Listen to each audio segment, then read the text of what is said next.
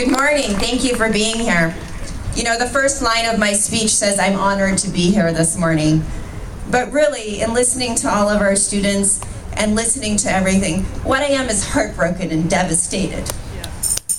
It's so difficult to be able to stand here and say that, you know, we honor the safety of our students and our staff and listen to these youth share their perspective of that. We're doing our best at the district to be able to put the safety regulations in place that will keep our students and our staff safe. We have the rules that say there are no guns on campus. We have the safety plans that we review every year, and we pulled them out again to take a look at them in the most recent round of issues. But really, what we need to continue, what we need to have, is that civil dialogue that everybody has been referencing thus far. When people come to me and they say, this is a mental health issue, I say, yes, you're right, it is a mental health issue.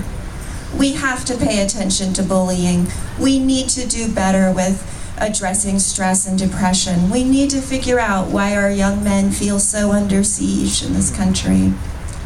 We need to address all of those things, and we have to have the discussion that is necessary about access to guns and ammunition. Yes. We have to have that discussion. Yes. When people come to me and say, this is a family issue, I say, yes, you're correct. It is a family issue. We have to support parents who are having challenges with parenting. We have to end hunger and poverty for our families. We have to look at how the media impacts our youth and desensitizes them about violence. Those things are all true. And we've got to have the discussions about the access to guns and high-powered ammunition. We have to have that discussion. If we don't have that discussion, we cannot solve the problem of mass shootings in our schools. Because this issue, like suicide, is made brutal and devastating not by the depressive thoughts, not by the impulsive acts.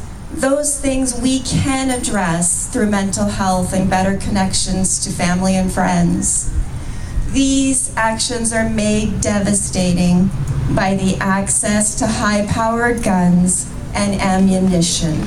Yes. And we have got to have that discussion in our culture. You've heard several times that what we need to do is vote, that the numbers count, that people need to hear our voices. And I'm so incredibly proud of our youth for bringing that to our attention once again. Woo! So today we stand here and we share our thoughts with each other.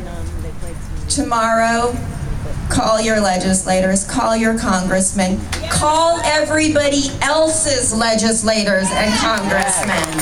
Yes. Make sure they hear what we're hearing today. And thank you very much for being here.